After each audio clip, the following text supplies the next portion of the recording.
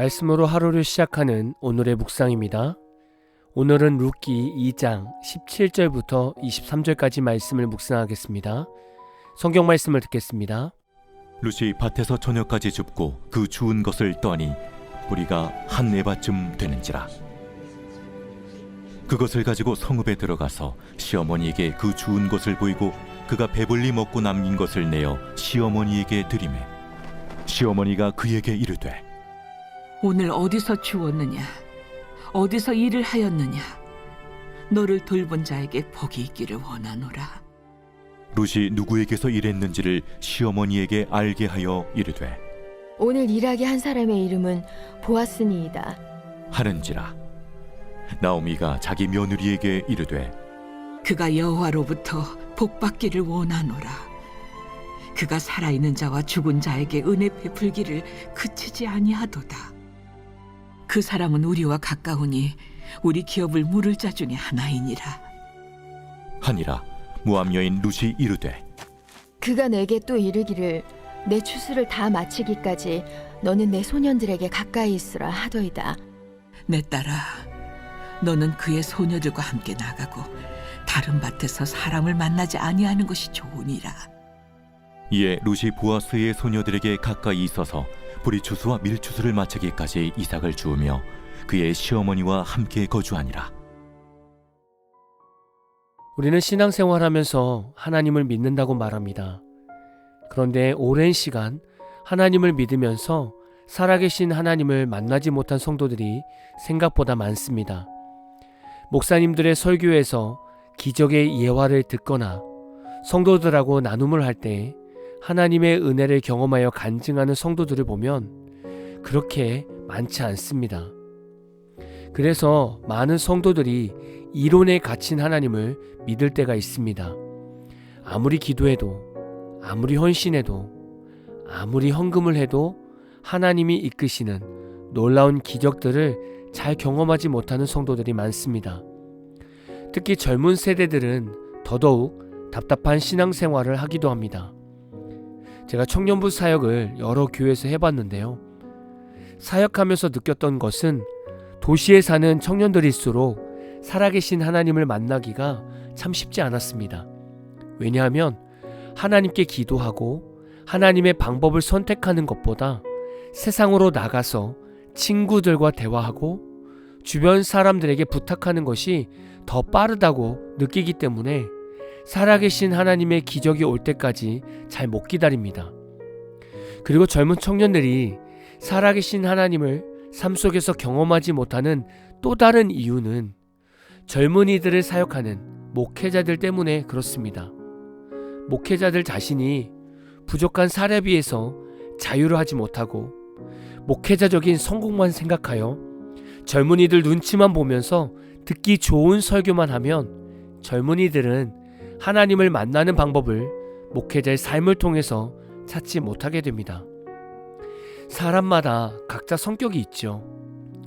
그래서 다른 사람보다 좀 더 이성적으로 판단을 잘하는 사람들이 있습니다. 그래서 논리적으로 이해가 되지 않으면 잘 못 믿는 사람들이 있습니다. 이런 사람들은 하나님의 기적이나 은혜를 경험해도 받아들이는 시간이 좀 길 수 있습니다. 그래도 어찌됐든 옆에서 믿음의 친구가 하나님을 경험한 일들을 간증해주면 논리적인 친구들도 하나님을 더 믿고 싶어하는 마음이 생기게 됩니다. 오늘 말씀을 보면 룻이 보아스 집에서 주운 이삭을 가지고 집으로 가게 됩니다. 룻이 주운 이삭을 보니 보리가 한 에바쯤 되었습니다. 한 에바는 약 13에서 15kg 정도 되는 무게입니다. 룻이 엄청나게 열심히 주운 것이고 그만큼 보아스가 배려해준 결과입니다. 그리고 룻이 배불리 먹고 남긴 것을 시어머니에게 드리게 됩니다. 나오미 입장에서 룻이 이렇게 풍성하게 가져온 것은 놀라운 일일 수밖에 없습니다.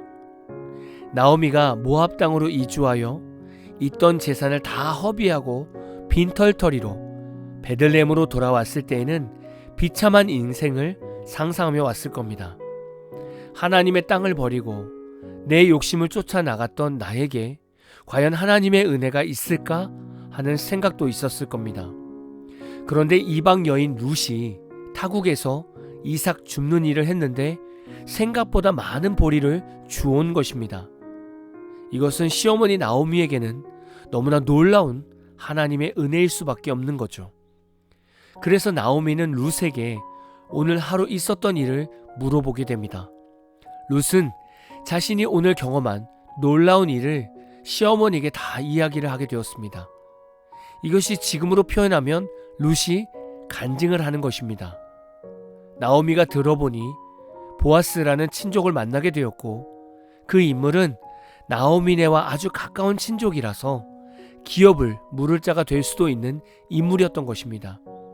나오미 입장에서는 보아스를 만난 것과 그의 배려로 양식을 얻게 되면서 다시금 하나님을 붙들기에 충분한 은혜를 경험했던 것입니다.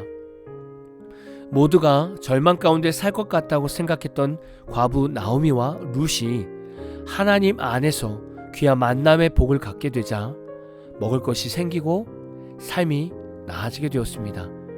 하나님은 우리 성도들이 세상에서 쓰러지게 놔두지 않고 믿음의 동역자들을 만나게 하셔서 함께 기도하고 함께 일을 돕게 하십니다. 그리고 하나님 안에 있으면 만남의 복을 통해서 삶이 나아지는 경험도 하게 하십니다. 그리고 믿음의 사람들과 함께 어울리면 각자가 만난 하나님을 간증하면서 내가 만나보지 못한 하나님을 상대방을 통해서 간접적으로 만나는 은혜를 주시기도 합니다. 그래서 교회 소그룹에서는 내 자랑이 아니라 하나님께서 일하신 것을 간증하며 서로 은혜를 나누는 분위기가 만들어져야 합니다. 예수를 믿는 모든 성도는 누군가에게 은혜의 통로가 될 수 있습니다. 그리고 주변에 예수 믿는 지인이 있다면 그 사람이 여러분에게 하나님의 은혜를 전해주는 축복의 통로가 될 수 있습니다. 오늘 하루도 룻처럼 다른 사람에게 살아 역사하시는 하나님을 전하는 축복의 통로의 성도가 다 되시기를 진심으로 축복합니다. 오늘 마무리 찬양은 조슈아님의 축복의 통로라는 찬양입니다. 찬양 후에는 잔잔한 연주곡이 있습니다. 말씀을 생각하면서 기도하는 시간을 가져보십시오.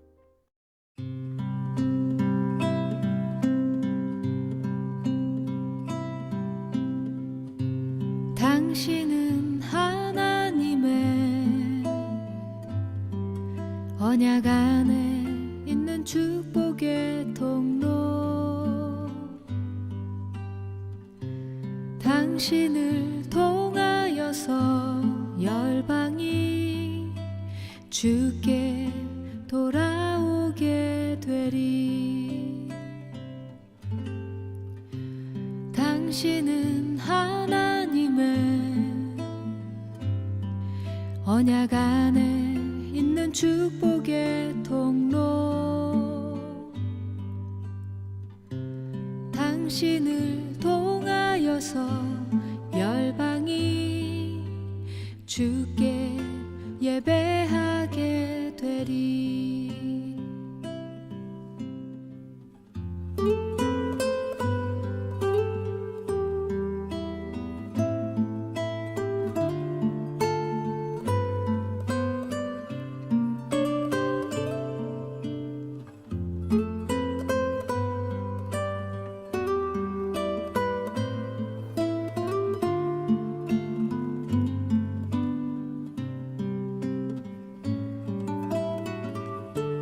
당신은 하나님의 언약 안에 있는 축복의 통로, 당신을 통하여서 열방이 주께 돌아오게 되리. 당신은 언약 안에 있는 축복의 통로, 당신을 통하여서 열방이 주께 예배하게 되리. 당신을 통하여서 열방이 주께 돌아오게 되리.